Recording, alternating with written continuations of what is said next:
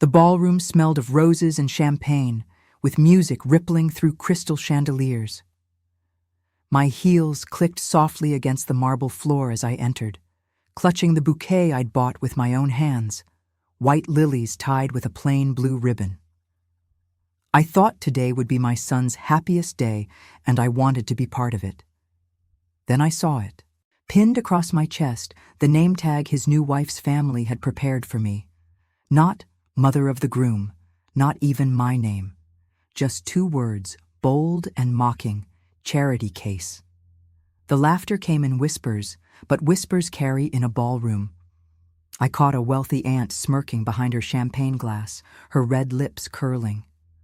Another cousin nudged his brother, eyes darting toward me with disdain. Even the caterer's boy glanced once, then twice, before lowering his eyes in pity. I froze. My breath tightened, and the bouquet nearly slipped from my hand. My son was across the room, smiling, caught up in the swirl of cameras and congratulations. He hadn't seen it yet, but his bride had.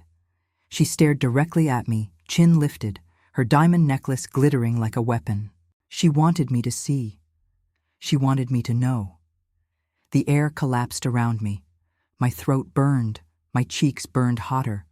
All I could hear was that cruel little tag pounding in my chest, charity case, charity case, charity case. I turned without a word, set the lilies down on the nearest table, and walked straight out. If you're watching this, drop a comment, hit like and subscribe. Because what happened next isn't just about betrayal at a wedding. It's about a mother who learned that silence can be sharper than a scream. My name is Elaine Marston. I am 66 years old, and I raised my son alone after his father abandoned us with nothing but overdue bills and broken promises.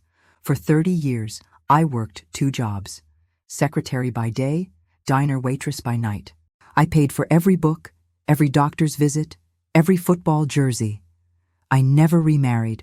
I poured everything into my boy, Daniel. Daniel was bright, charming, handsome. He earned a scholarship to college, then another to law school. I cheered at every graduation, wiped every tear after each heartbreak, and never asked for thanks. A mother doesn't need thanks. She just needs to be loved. When he brought home Catherine, I was polite. She was from old money. Her parents owned banks, sat on boards, donated wings to hospitals. She wore pearls like they were part of her skin. She smiled at me with the tightness of someone smiling at a fly. But Daniel adored her. "Mom," he said, "she completes me." So I swallowed my doubts. Because isn't that what mothers do? But Catherine's family never hid their contempt. At engagement dinners, they made jokes about people who eat at diners. At planning meetings, they ignored me entirely. Once, her mother leaned close and whispered, "You must be proud. A single mom, finally marrying your boy into real money. Real money." As if love was a transaction. Still, I stayed silent. For Daniel's sake, until that wedding day, until that name tag. I left the ballroom and stepped into the cool night air. My hands were shaking, but my mind was not. Betrayal has a way of clearing the fog. I took out my phone and scrolled to a single number. "Are you ready?" the voice answered on the other end, calm, professional. "Yes," I whispered, "do it." The line clicked shut. You see, what Catherine's family never knew was that during my decades as a secretary, I wasn't just typing letters and answering phones. I worked for a bank where I learned how fortunes can unravel with the tug of a single thread. I kept contacts, quiet ones, old colleagues, auditors who owed me favors, people who trusted me because I had never once betrayed their secrets. I walked home that night, my heels clicking against the empty street. Neighbors looked from their porches, waving, but I didn't wave back. Inside, I sat at my kitchen table, the same table Daniel had studied at as a boy, and waited. The clock ticked past midnight. By morning, the calls began. But before I tell you how their empire cracked, let me tell you about Daniel, my son. Because betrayal cuts deepest when it comes from the one you love most. Daniel had always been a boy who wanted to be admired.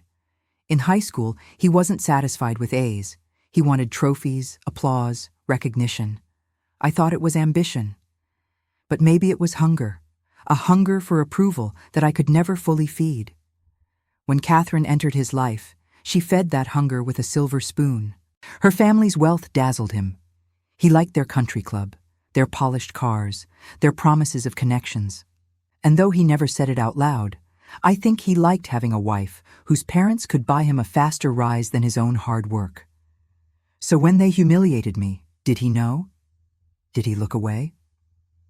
That night, sitting alone, I asked myself those questions. And the silence was answer enough. At 6 a.m., the first alert hit the markets. Catherine's family's bank, the jewel of their fortune, had been flagged for investigation. Their credit lines were frozen pending review. Their offshore accounts suddenly spotlighted. At 7 a.m., the caterers for the post-wedding brunch called to cancel. Payment couldn't be processed. At 8 a.m., Catherine's father stormed into Daniel's hotel suite, face red, phone pressed to his ear. "Somebody leaked the audit," he hissed. "Somebody tipped them off." Daniel looked bewildered. Catherine shrieked. I sat calmly at my kitchen table sipping black coffee.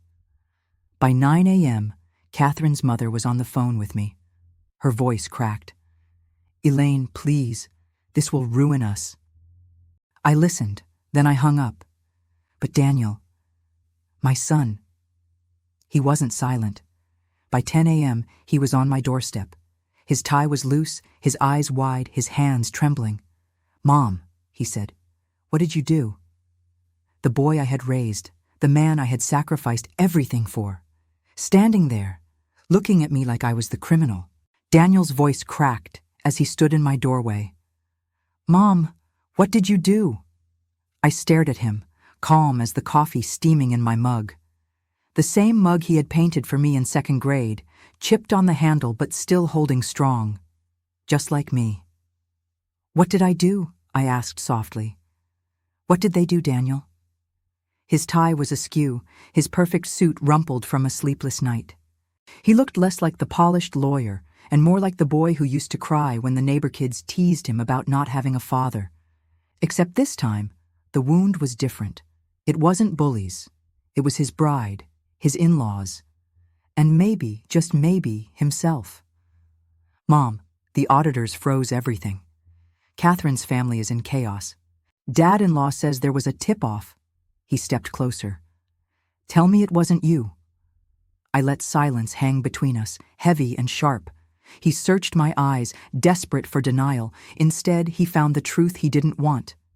You destroyed them," he whispered. "No," I said, standing. "They destroyed themselves. I just made sure the mask came off sooner rather than later." He flinched, my son, my only child, recoiling as though I were a stranger. "Why, Mom? Why couldn't you let it go?" The words sliced deeper than the name tag ever could. Why couldn't I let it go? I had swallowed 3 decades of struggle, humiliation, and sacrifice for him. I had bent my spine until it nearly broke, raising him alone. And now, when I was branded charity case, he wanted me to smile politely and endure more. I walked past him and opened the door wider. "Because I am not your charity case, Daniel, and I will never again let anyone treat me like one."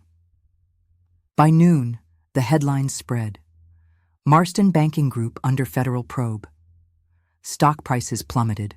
Wealthy uncles and aunts who had laughed at me the night before were now scrambling to call their lawyers.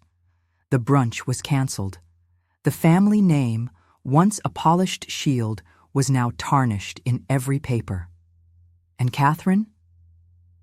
She arrived at my house just as the sun reached its peak, face pale, mascara streaked from tears. Her diamond necklace was gone, replaced by trembling hands clutching a silk shawl.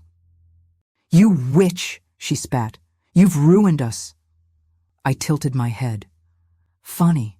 I thought your family ruined me first." "You could have come to me, talked to me," she shouted. Instead, you dragged my family through mud." "No," I said quietly. "Your family dragged me through mud in front of 200 guests. I simply let the rain wash the dirt away." Her lip curled. "Daniel will never forgive you." For the first time that day, my chest tightened, because deep down, that was the only part that mattered. Not their money, not their tears. My son. Would I lose him too?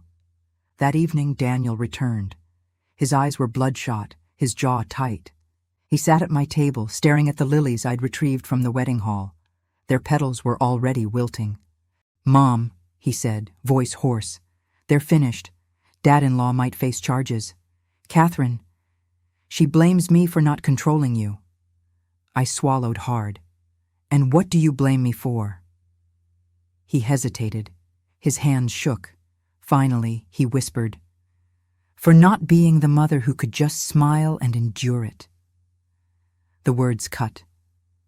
But then he added, almost in the same breath, "And for being the mother who taught me never to endure cruelty quietly."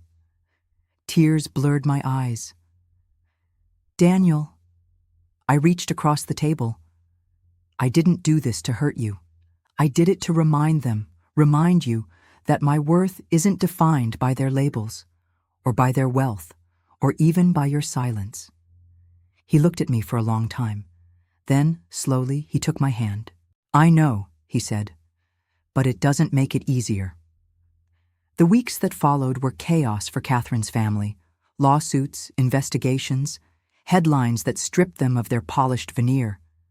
Their friends disappeared like smoke. Their fortunes crumbled. Daniel's marriage didn't last. Catherine filed for divorce within months, her pride shattered more than her family's accounts. Daniel was left with nothing but his degree, his own name, and a mother who refused to bend. We moved on, together, slowly, painfully. Neighbors whispered, of course. Some called me cruel, others called me brave. But in the quiet of my own home, I wrestled with both. I knew revenge had a cost, and that cost was measured in nights of silence between me and my son, in the scars of trust that might never fully heal. But I also knew this: silence in the ballroom would have cost more. A year later, Daniel and I stood together at his small apartment, unpacking boxes. He had a new job, modest but honest. No country clubs, no pearls, no whispers about charity. "Mom," he said, holding one of the old lilies I had pressed into a book, now brittle and faded. "Do you regret it?" I thought long and hard. The ballroom, the tag, the smirks, the phone call. "No," I said finally, "because if I had walked away quietly, I'd have been their charity case forever. But this way, they'll never forget my name." He nodded slowly, his lips curving in the faintest smile. And for the first time since the wedding, I saw my son not as the boy I had raised, nor the man who had chosen wrongly, but as someone standing beside me, equal, scarred, wiser. Have you ever faced betrayal? Share your story in the comments. And don't forget to subscribe. Because sometimes the sharpest revenge is simply refusing to be silenced.